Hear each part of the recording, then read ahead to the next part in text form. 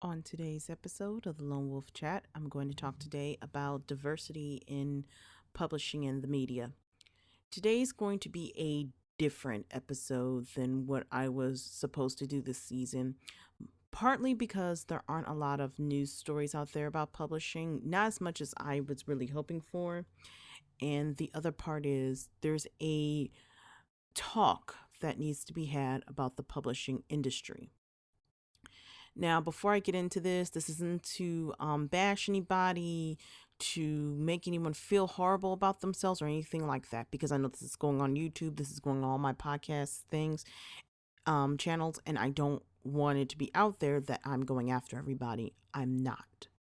The point of the episode is to bring awareness, and the biggest awareness is the fact that there is a stigma and a bias towards the African American community when it comes to diversity in writing and publishing. What I mean by this is we have an issue where, as a person of color, we often get stigmatized and put into a corner of the publishing industry, which is usually urban literature. Street literature, the gangsters, the people who are in jail, the baby daddies, what have you.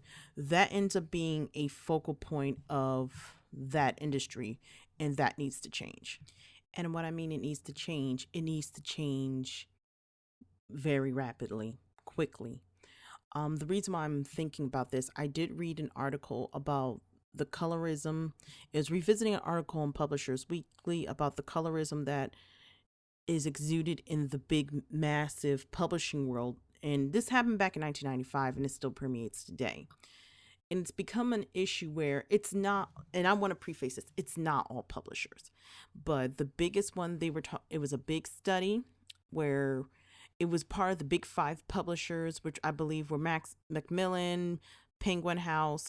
You can look up the big five yourself, but how there's a lack of diversity in the publishing medium. And I've noticed it. I mean, I'm a woman of color. Why wouldn't I notice something like that? The only books that seem to get pushed forward these days, I'm not talking about great books like The Color Purple or any book by Toni Morrison, Their Eyes Are Watching God by Zora Neale Hurston, Maya Angelou's greatest works, The Bluest Eye. Not just those books, but it's permeated that the only books that seem to get pushed forward, and this is my personal opinion, are the Blackstreet Lit books. But there are other authors out there that write other genres. There are Black fantasy authors like Octavia Butler. She writes fantasy, but we don't see her get pushed as much as the Millionaire Mistress story was pushed, or the Zane stories. Now, again, there's nothing wrong with Millionaire Mistress. There's nothing wrong with the Zane books. I mean, they're not my cup of tea. I've read the Millionaire Mistress and kind of got bored in the third book, but that was me personally. There are plenty of other people that I went to school and I work with that love those books. I know people who love the Omar Tyree books. Those will always be timeless. There are Black authors out there that will be timeless, but they seem to only push the people that talk about the worst or dramatic issues in the Black community. Again, I did read Omar Tyree. I read Diane S. Poole's books for a while, and then I got kind of bored because it all kind of went towards the same genre. I like reading, I'm just saying from my personal perspective, I like reading the fantasy books. I like reading the fantasy romance books. But the point of the video is we need a diversity in all genres. And in the publishing industry, they only push the street lit books. And there are plenty of fantasy authors out there that want to get pushed, but they're not being pushed. So the question remains, why aren't they being pushed? I mean, there's always been the stigma that African Americans and people of color in general do not read. They only read about their people, that sort of thing, or they're uneducated, so being that deep, we can't take deep. And of course, this was a conversation I heard over I can't remember which video. It was a YouTube video and then there was a TikTok about it, and I'm sitting there going, so Black people can't get deep. okay, we can't get deep. You know, the 400 plus years of slavery, the civil rights movement, and considering 2020, we can't be deep. The problem is when we get deep, people, and I think this is what the person was trying to say. When we get deep, when y'all get deep, people tune out, and that's a huge problem. People should be able to handle being deep. It shouldn't matter who it's coming from, but it almost seems like the major industries are not pushing the deep. Why can't we have a romance fantasy story with deep issues? Like, for example, what if the character is an African American female? She falls in love with a Japanese guy and they happen to be in a space opera. But she talks about her experience as an African American woman compared to what he has to deal with as a Japanese man. Those are conversations, it's almost like they're afraid for publishers are afraid for us to have. Those are real and deep thought provoking conversations. And they're conversations that happen every day. Just because it's happening in space doesn't mean it doesn't happen. It doesn't happen. Just because it's happening in space doesn't mean it doesn't happen. I mean, think about for a second. If you're talking about, they even talk about, I'm not saying we need to have the 100% race conversation because everybody's going to say, oh no, she's going to be up on her soapbox. I'm not trying to put up on my soapbox just to hear myself talk. I'm talking about a real issue, which is African Americans have a hard time being published. Actually, not just African Americans, people of color. The reason why I'm bringing it up this month is because it's Black History Month, and I I don't. It's hard for me as an African American female who wants to write and publish. It's hard some days because I'm trying to, keep this podcast going. I want to write a book for a living. Talking about this issue, it's kind of sensitive for me, to be real with you guys, of how I feel about the publishing industry. I love the publishing industry. I like reading about the publishing industry, but it's hard for us to really put our foot in the door unless we're talking about an issue where it only happens to African Americans, no one else is involved. I mean, The Hate U Give was one of the best books that came out this year. I mean, 2020.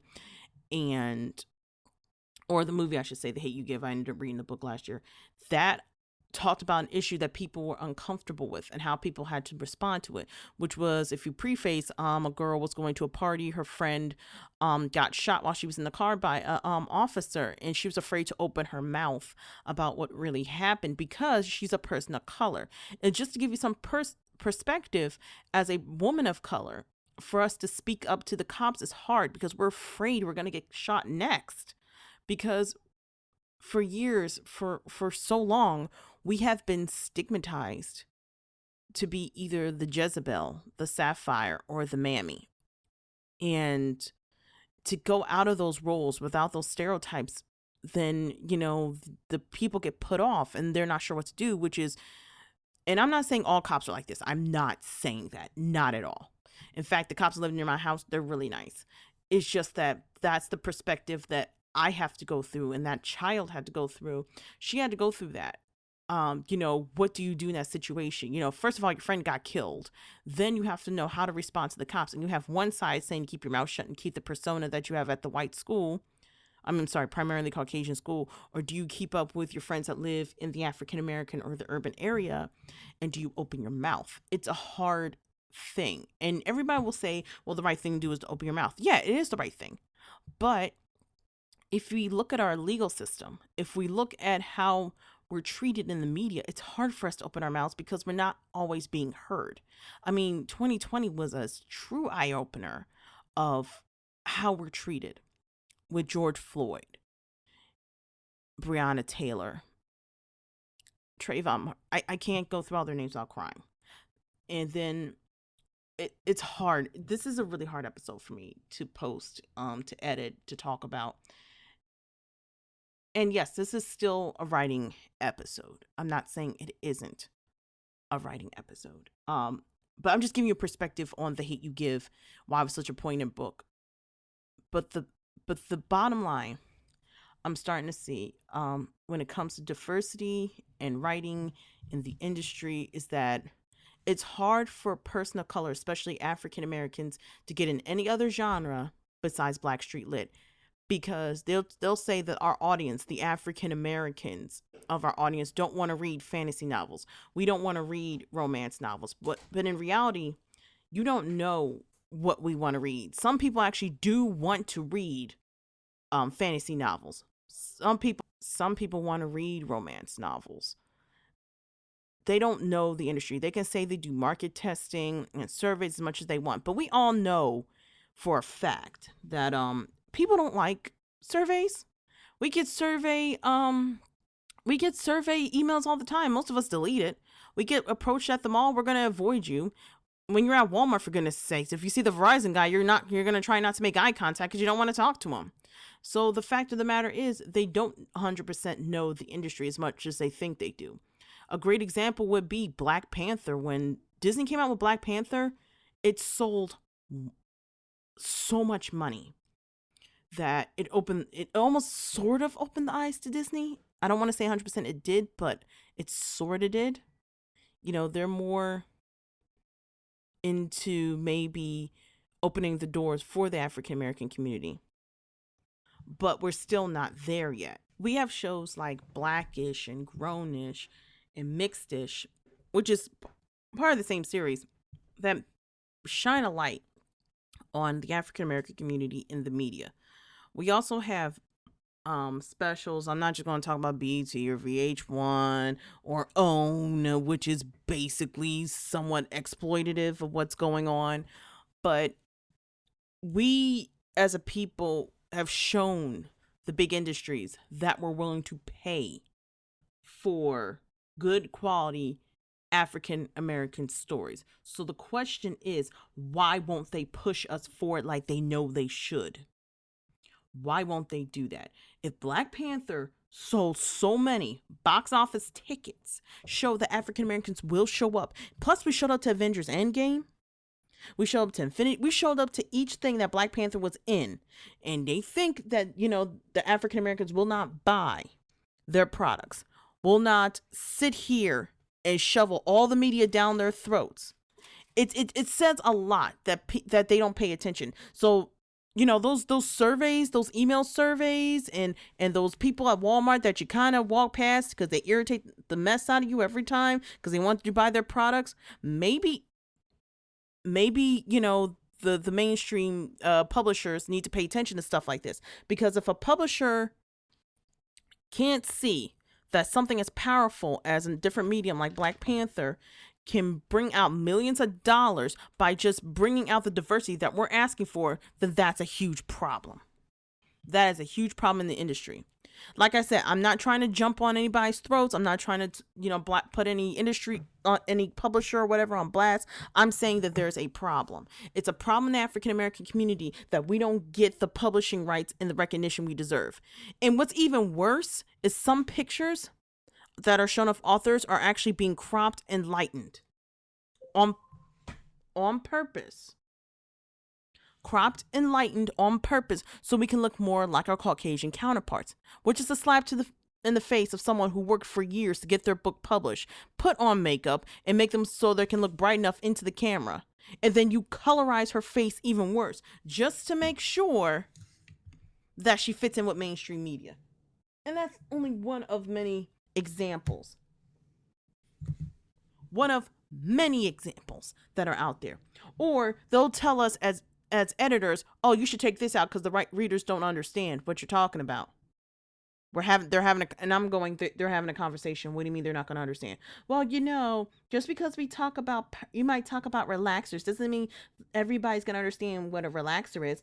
And my usual response is, they know what Google is, right? They can't Google what a relaxer is. We have to Google everything else you guys talk about, especially if you're talking about D&D terms. We have to Google that. So why can't they? I'm saying there's a thing where we have to accommodate, and I understand we're supposed to, as writers, accommodate some form of media for the general audience because they're not going to understand. But it still feels like a slap in the face when we have an honest conversation about what's going on in our community. When we talk about, we want to have a fantasy story where a girl slays a doggone dragon, and because she has natural hair, the mainstream medium's not going to like it. or because she happens to have a color of mahogany, suddenly the mainstream media won't like it. Or or if they're short and fat, that's a problem. If they're tall and lanky, that's a problem. These are problems in the industry, and it's almost like the one article I was reading. It seems like they want us to conform the way they want to conform, and they've forgotten we're the authors. So when we deny doing that sort of thing, we're pretty much shut out in the cold. And we have to self-publish, which, by the way, self-publishing isn't a problem for anybody, and it shouldn't be a problem for anybody. I'm going to go self-publishing. But what I'm saying is, when the mainstream publishing companies pushes you out of there because you're not willing to 100% conform to what they do, that's a problem. And it's a huge problem when you have to change for what they want you to do, but you have someone like Joss Whedon who can write a book but can be a complete misogynist a-hole to every single female on his cast list. But they won't say anything about that. I'm just saying they need to keep the same energy. If you're going to be upset that someone's changing their story, not going to change the story the way they want to, they need to keep that when something is happening in their own row house. That's all I'm saying. Now, as far as moving forward, we're in 2021. It's Black History Month, and we should be revering the greats. And I'm still revering the great writers. I just want to bring forth an issue that has been permeating in the community over diversity, over the genre, over the fact that every time I go to a friggin' bookstore or on Amazon, if I want to read about an African American woman, she has to be in the street lit section. She has to be in the sexual section, the erotica section. There's more to African American women than the supposed Jezebel trait that we will do anything to sleep with a man. There's more to us than that. And the fact that we're not being pushed when we write books, or it's not about the Jezebel trope, to the back. We're pushed to the back. Amazon does it too. They're not exempt. And where they really get on you is if you don't conform to their Kindle Unlimited publishing. That's a problem too. But maybe that's a talk for another day. Maybe I'll have someone else co-host with me about this, because it's starting to become a problem when you don't conform, that they want to push you to the back. That's all I'm saying. We need to do better. We need to do better as a society. And that's going to be the end of this episode. If you like what you're hearing, please rate and review on my channel. I do have a website, which is lonewolfchat.com. My Twitter handle is at LC Clements. And I do have a coffee page, which is ko-fi/LC Clements. And I will chat with you guys again soon.